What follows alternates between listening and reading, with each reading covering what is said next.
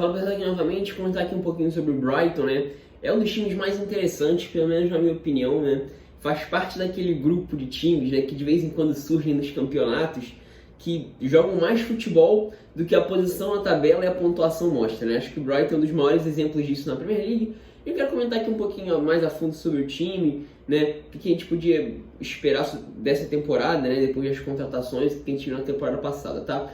Bom, pessoal, antes de fato começar a entrar no assunto, né? Já sabe o que tem que fazer, né? Para me ajudar aqui, se inscrever no canal, compartilhar o vídeo com um amigo seu que gosta de futebol internacional ou especificamente de Premier League, clicar no sininho para receber as notificações e dar o like para fazer com que o vídeo fique mais recomendado, né? Mais bem recomendado no YouTube, tá? Por favor, vai me ajudar bastante mesmo. Em relação aos links da descrição, né, sigam todos os links de qualidade. O primeiro link é o link do Twitter aqui do canal, o Twitter é o dia inteiro sobre futebol internacional, Premier League, né. O segundo é o link do Instagram, onde eu posto vídeos um pouco mais curtos, né, diários, sobre assuntos interessantes que surjam. Os três links seguintes estão na página Premier League mais 18 para conteúdo diário sobre Premier League, né. E por último, mas não menos importante, o link do canal Resenha Futebol, principalmente se você gosta de camisas de futebol, tá? Bom pessoal, vamos lá então, né? O Brighton, só resumindo, né, basicamente a temporada passada, era um time que tinha muita facilidade para trocar passes, né? Principalmente os zagueiros eram muito importantes nesse sentido, né? Lewis Dunk e Adam Webster, né? Tinham uma facilidade para criar oportunidades de gol, mas faltava, primeiro, qualidade para definir as jogadas e se safar de algumas situações, né, que talvez jogadores com mais qualidade individual conseguissem, e acelerar. Jogadores com capacidade de acelerar as jogadas velozes mesmo, né? Jogadores velozes. Até tinha no elenco, por exemplo, o Solly March, que é outro que eu vou falar um pouquinho mais pra frente, mas ele foi pouquíssimo utilizado na temporada passada pelo Graham Potter. Então, de forma geral, era um time que não tinha essa saída de velocidade, e o principal responsável por isso, né, das jogadas de linha de fundo, o cara para abrir o campo era o Dan Burn, né, quase 2 metros de altura, né, hora escala como um zagueiro pela esquerda, hora como um lateral, né, especialmente na temporada passada era mais lateral do que zagueiro até, e era uma das alternativas nesse sentido. Nessa temporada o time fez algumas boas contratações, né, então veio o Lallana do Liverpool, né, que já leva o patamar técnico do time, né. Veio o Ben White, né, foi confirmado na verdade a renovação de contrato, a gente fez uma ótima temporada com o Leeds do Bielsa, né, por ser naturalizado, um jogador de muita qualidade técnica também. Joel Veltman, né, de muitas temporadas no Ajax, né, um jogador até veterano já na seleção holandesa, não exatamente do mais alto nível, mas um bom zagueiro, né, a nível de Premier League seria um bom zagueiro sim, ali para times intermediários, né. O Lamptey, né, que já chegou na segunda metade da temporada passada e o pós-pandemia já foi muito bom, mas a contratação dele já tinha sido confirmada, mas enfim, foi mais ou menos, não foi nos reforços, mas era um jogador que passaria naturalmente a ser mais utilizado, né. E então assim, né, foram alguns jogadores contratados, jogadores interessantes sim, né, que faziam sentido para melhorar o nível do elenco e representar alternativas, né. E o que a gente viu do Brighton em grande momento nessa temporada foi um time que jogava com 2 alas espetados, o Lamptey e o Solly March, e a partir disso, né, e claro, né, com alguns jogadores de mais qualidade, o Bissouma, por exemplo, passou a ser mais vezes utilizado, jogando muito bem no início da temporada dele, né, o volante jogando ali por dentro para combater e dar esses passes longos. Mas eu acho que o mais interessante desse do Brighton, acima de tudo, né, que o time não tinha na temporada passada, era a capacidade justamente de acelerar as jogadas, de inverter rapidamente as jogadas, né? Então, no último momento, o Lamptey faz essa saída de bola com muita velocidade, a bola conseguia ser invertida para o Solly March, né, que também faz uma ótima temporada ofensivamente, especialmente. É uma das boas armas ofensivas do Brighton, apesar de defensivamente ser um jogador bastante frágil mesmo. O lado esquerdo é frágil defensivamente como um todo, né? O Pascal Gross, por exemplo, está jogando muita bola, né? É um dos melhores jogadores do Brighton desde que o time subiu, né? Seja partindo da direita, partindo da esquerda, circulando ali naquela faixa atrás dos atacantes. É um jogador de boa qualidade técnica, né? Para se livrar de algumas situações. Tem um bom passe, né? Um jogador com muita facilidade, né, de criar oportunidades mesmo, né? Enfim, só que dando essa síntese aqui, a outra coisa interessante, né, que eu tinha falado mais no início do vídeo, o papel dos zagueiros novamente, né, e nessa temporada especialmente do Adam Webster, né, evoluindo como, assim, talvez do trio de zaga, ou da dupla, né, quando o time joga numa linha de 4, o cara com uma facilidade de sair jogando, de conduzir a bola à frente, né, é um jogador que evoluiu muito nesse sentido, na minha opinião.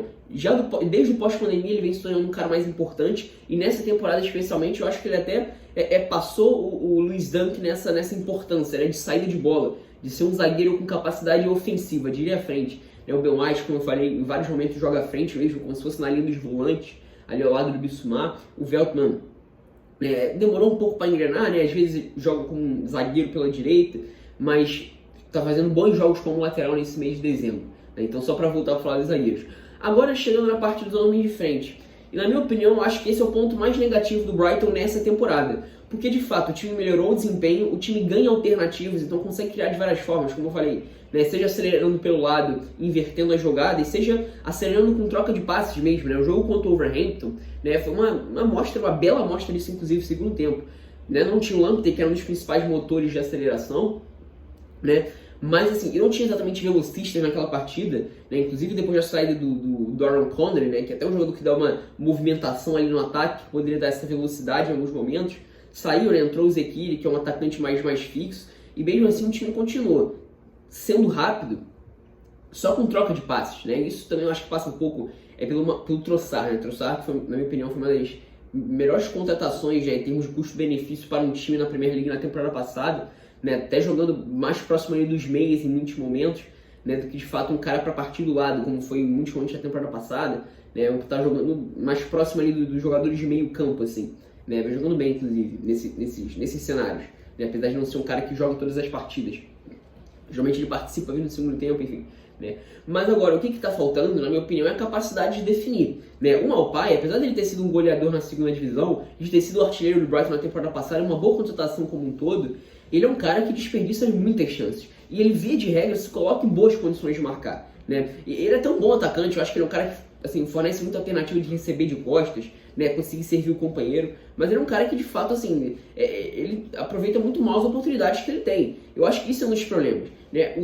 As jogadas de definição, as definições do Brighton geralmente são muito ruins, são muito deficientes, e isso, assim, é de praxe em times que muitas vezes times de menor qualidade técnica, de menor nível, que tem bom elenco, né? Isso aí, se você vê no futebol brasileiro, meu pai fala isso direto, eu não acompanho muito, mas meu pai acompanha mais. Direto acontece isso, né? Às vezes são times bem treinados, que fazem boas jogadas, mas chega ali na frente e não sabe definir. Eu acho que o que acontece com o Brighton é justamente isso, em termos ofensivos, né? Consegue criar bastante, tem muita facilidade para acelerar com troca de passes, consegue encontrar alternativas, é um time perigoso nos contra-ataques também, nessa temporada passou a ser mais perigoso dessa forma, mas não consegue definir, define muito mal as jogadas de forma geral. E eu acho que isso, assim, é um pecado grave para essas equipes, porque geralmente, assim, essas oportunidades, e o Brighton é até um ponto fora da curva porque cria mais, mas assim, geralmente, assim, você tem que ser preciso nas suas definições, senão não adianta nada, assim. Óbvio que é muito legal ver o Brighton jogar em muitos momentos, mas se o time não conseguir ser competitivo em termos de pontos, de resultados, a tendência é que a situação se piore e isso nunca evolua para o patamar que pode evoluir, que a gente vê, né, que a gente pode ver dentro dos jogos, né. Enfim, agora, um ponto negativo, eu acho que esse é bem negativo mesmo, é a questão defensiva do time, né. Eu acho que defensivamente é um time muito exposto mesmo, né? Principalmente pelos lados, né? Especialmente o lado esquerdo. Eu acho que aquela dupla ali, Dan Burn e Solly March, o Dan Burn é até um jogador que eu gosto, o Solly March, como eu falei, ofensivamente vem fazendo uma temporada muito boa, mas defensivamente é um jogador que, assim, tem muita dificuldade em questão de posicionamento, geralmente ele recebe bola nas costas, isso é um perigo. E o Dan Burn, que apesar de ser tem quase 2 metros de altura, mas até consegue ter certa velocidade, assim, quando ele vai enfrentar um marcador, mesmo que o marcador tenha, sei lá, 1,80 m de altura, ele geralmente vai levar desvantagem em praticamente todos os duelos. Primeiro que é um defensor, o defensor geralmente leva desvantagem contra o atacante, né, porque ele tem que antecipar os movimentos do atacante, né, e em segundo lugar ele é um cara mais pesado que a média, então isso é uma desvantagem então aquele lado ali é muito exposto, assim, realmente é um dos pontos fracos. E outra coisa que eu acho que, assim, dificulta um pouco essa questão é o espaço entre a linha de marcação do meio e a linha de zaga. Tudo bem que a zaga do Brighton dentro da área são muito bons, eles são muito dominantes, são jogadores grandes, fortes e geralmente fazem boas intervenções ali. Mas, assim, esse espaçamento contra times de maior qualidade geralmente é algo que é mortal, né? Eu lembro especialmente, agora eu não vou lembrar de todos os jogos do Brighton, mas especificamente de um jogo contra uma equipe maior, do jogo contra o Liverpool, né? O jogo contra o Liverpool tem um gol do Salah impedido, em que é um gol, assim, que claramente mostra essa deficiência, em que a linha sobe, né, e o Salah consegue receber uma bola longa ali, alguém no meio campo do Liverpool ganha uma disputa com um dos zagueiros, com o Ben White escalado à frente, né, e o Salah recebe essa bola com muito campo para fazer diagonal, né, ou para receber mais à frente, bater de pé cruzado, agora não lembro exatamente, mas foi uma jogada onde o Salah, assim, tem um espaço absurdo para percorrer, né? Sair de frente com os zagueiros do Brighton. Isso, assim, isso acontece o tempo todo jogo acontece isso em muitos momentos.